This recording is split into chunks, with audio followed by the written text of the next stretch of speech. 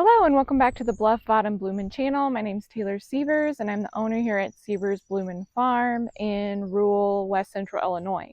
Today I wanted to do a plant profile of one of our roses that we have for sale in our nursery and kind of go through the attributes of the rose, show you what it looks like when it's blooming. So if you decided to plant this one in your garden or you're researching this rose, you might learn a little bit more about it. So today this one is called Mother of Pearl. It was bred by Meond. It was released by Star Roses in approximately 2007.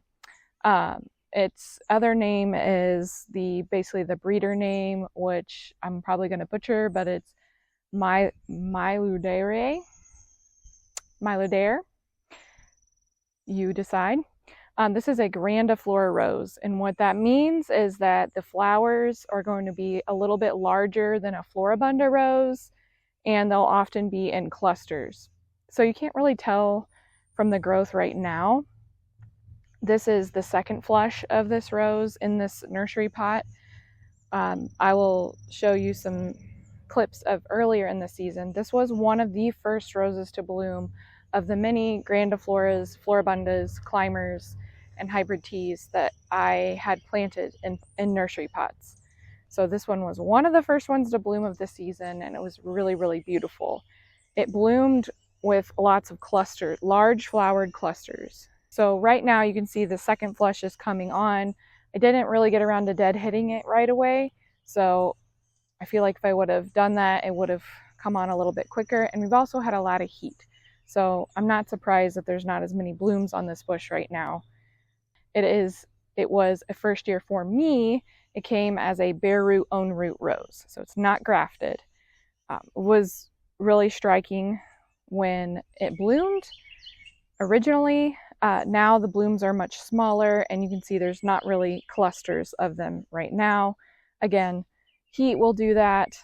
It was in my really hot tunnel, and if you know anything about Midwestern summers, it's very tumultuous. It gets very, very hot and humid, and so that's kind of why we're seeing not as much bloom as we would. But the foliage is overall pretty healthy.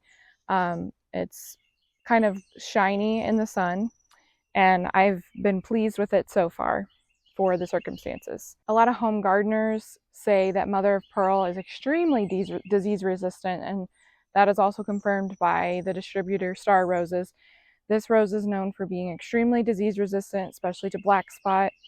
Most people that have it in their gardens absolutely love it. They say it's very floriferous, very free flowering, and can almost get to a point where it's in nearly constant bloom. Like I said, it's kind of blooming in flushes for me right now, but we haven't had the best of weather. We've had some we had an unusually hot spring as well, and it's also in a pot. It's not established. So this plant will usually get about 4 feet tall. Some growers have reported 6 foot tall, and it's got really long stems. It's very upright, and it will get about 2 foot wide, maybe a little bit more. So helpmefind.com says that this is hardy from zone 6B to 9B. There are some reports of it growing very well in zone 5. So take that for what you will. It was plant patented in 2008, and a lot of people say that it does not have a smell. However, there is a slight sweet smell coming from this rose. I don't know if it's because it is very much seeking pollinators at this stage, and maybe just today or the last couple of days it's really pushing out a little bit of a scent. But it's got a very slight sweet scent, very, very slight. But a lot of growers that's kind of their one complaint about this rose, is that it does not have a super strong fragrance.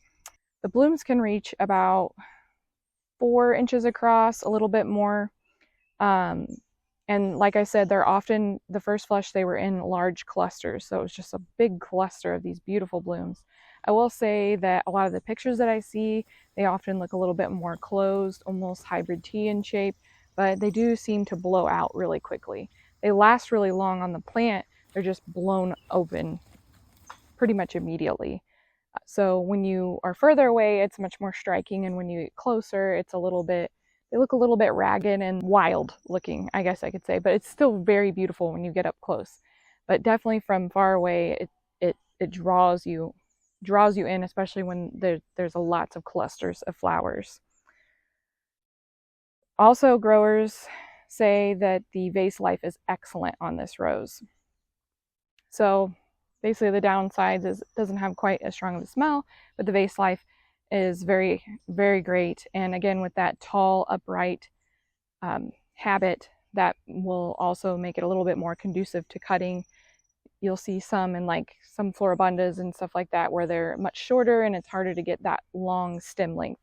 Or this one in the spring, I definitely could have got some great stems off of it, just even in this plant that's in this pot, let alone when it's actually established in the garden. So overall, growers report that it's super vigorous. And right now, I can attest to that as well, just in the pot. Very vigorous plants right out the gate. As soon as they got planted, they were happy, they took off, and they bloomed really, really well. So overall, I would recommend this one for the garden. It's kind of manageable in its size as well. And I know some growers report it being 6 feet tall, but a lot of these roses, you can cut them back to the size that you want. And also, sometimes they surprise you when they get that tall and they're really, really beautiful. So I would definitely recommend this rose for the garden, also for cutting.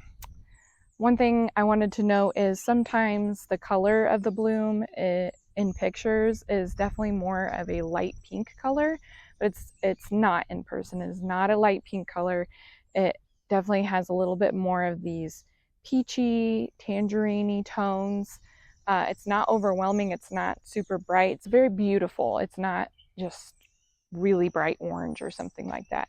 But it definitely is not the light pink that many of the pictures show online. Now, I will say your microclimate probably will affect the color of your roses, or maybe when they're first unfolding, they might be a little bit lighter in color. But I have not noticed on any of, I was actually quite surprised when they bloomed.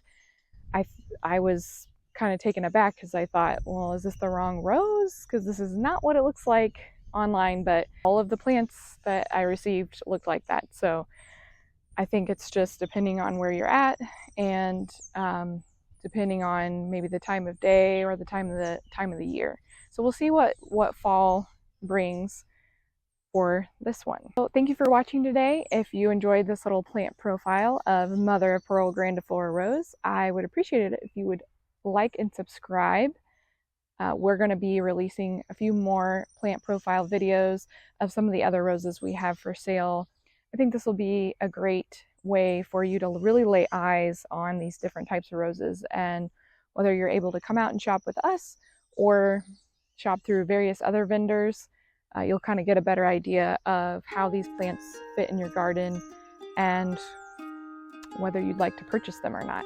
So thank you so much for watching, and please like and subscribe.